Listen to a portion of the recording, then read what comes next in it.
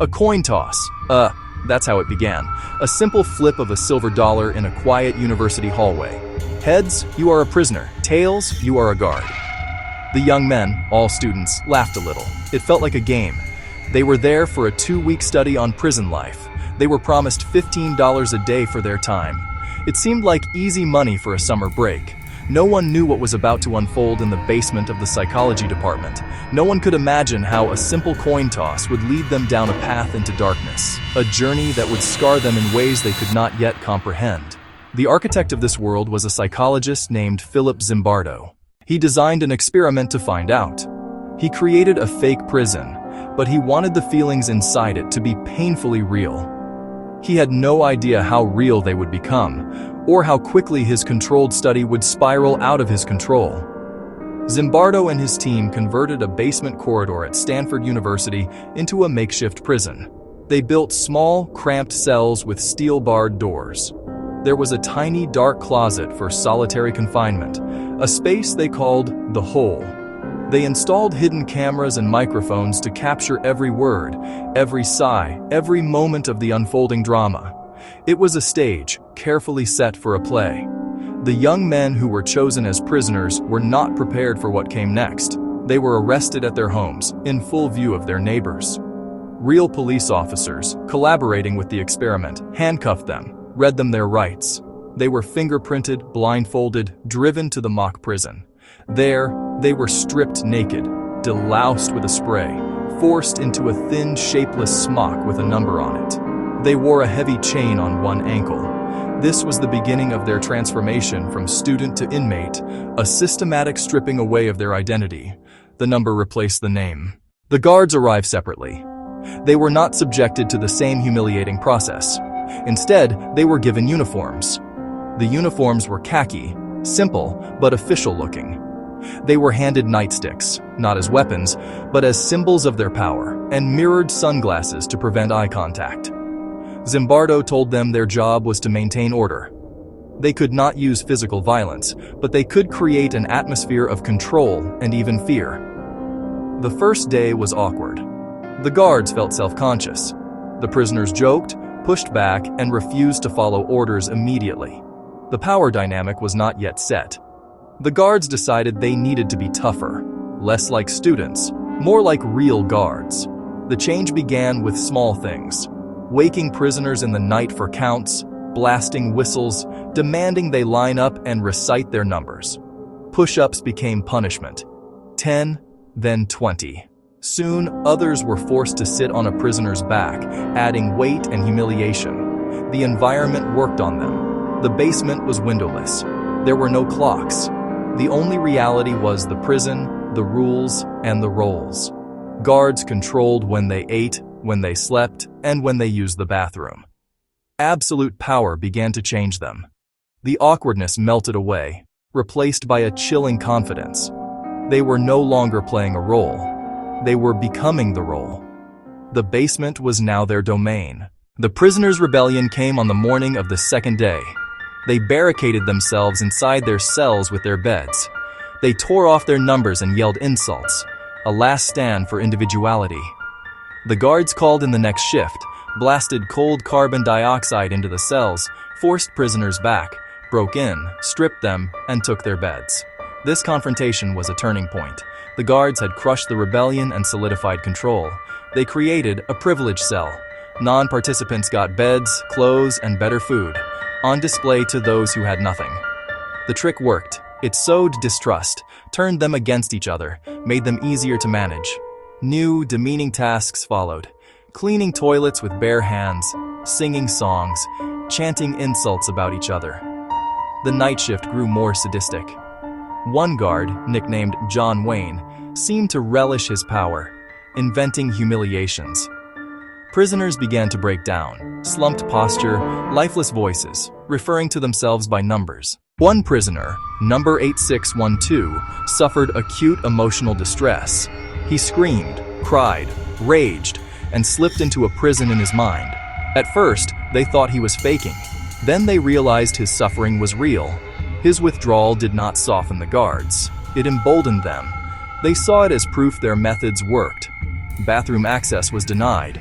Buckets replaced toilets. Prisoners weren't allowed to empty them. The cells began to smell of urine and feces. A sterile lab became a place of degradation.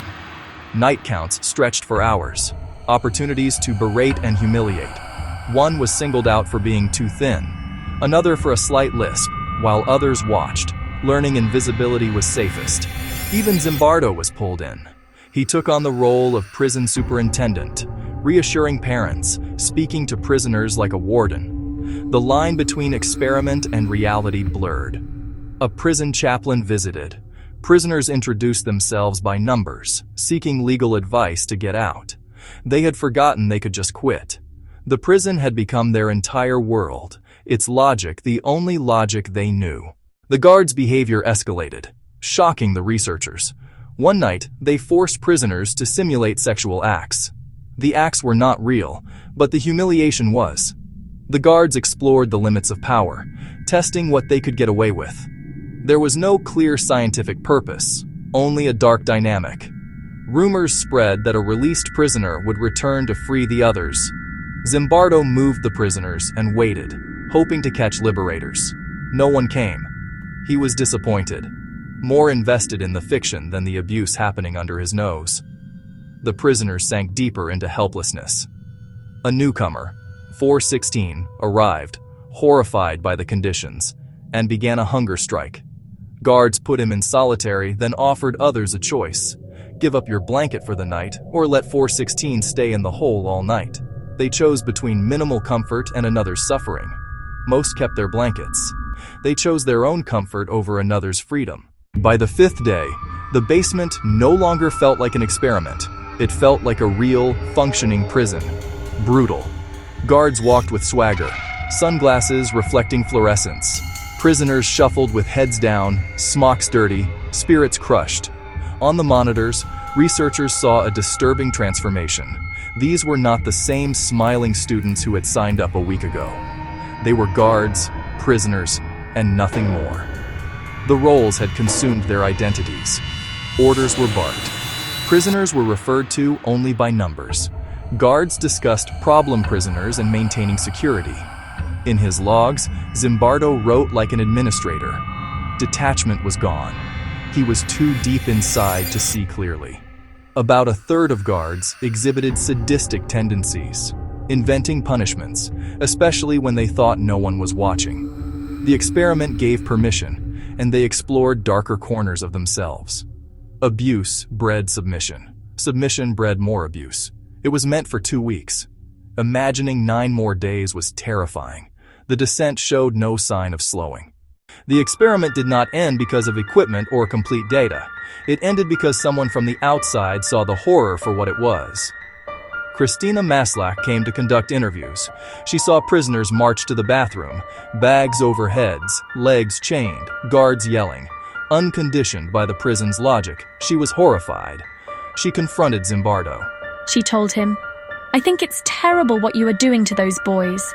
Her words shocked the system. He defended the science, the simulation, but her ethical plea broke through. She reminded him they were students in his care. That night, he decided, the 14-day experiment would end after 6. The spell was broken. Guards were told it was over. Prisoners were told they were free. Uniforms off. Clothes and names returned. They were no longer numbers. The Stanford prison experiment became a powerful, controversial lesson about human nature. Evil is not always in a person. It can be in a situation. The uniforms, sunglasses, and nightsticks were not costumes. They were symbols of power. The uniform became a mask, separating actions from self, revealing cruelty, shockingly easy to access.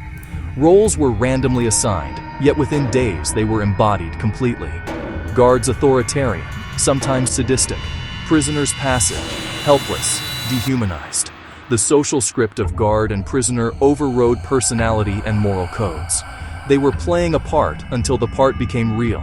It showed the danger of institutional power and absent oversight. By becoming superintendent, Zimbardo failed his ethical duty, becoming part of the problem. Critics argue guards were encouraged to be harsh, pointing to instructions. That only shifts the focus. People follow authority, even to harm others. The power of the situation is amplified by the power of the person in charge. The Stanford prison experiment was cut short, but its echoes have lasted for decades. For participants, the return was not simple. Many guards expressed shock and regret, unable to reconcile who they were down there. Prisoners carried memories of humiliation and helplessness. 6 days left a permanent mark, a dark knowledge of what people can do. Lessons reach far beyond campus, offering chilling explanations for atrocities. Holocaust, Abu Ghraib, the power of the situation, the dehumanization of the other, the influence of authority, the slow erosion of moral responsibility. Cruelty isn't only for monsters, it can lie dormant in the ordinary. How much of our decency depends on comfort? If given a uniform and power, who are we? The guard who resists, the one who does just enough, or the one who invents torment? We like to think we'd be the hero. The experiment says, be careful. The final warning isn't about others. It's about the potential within us all.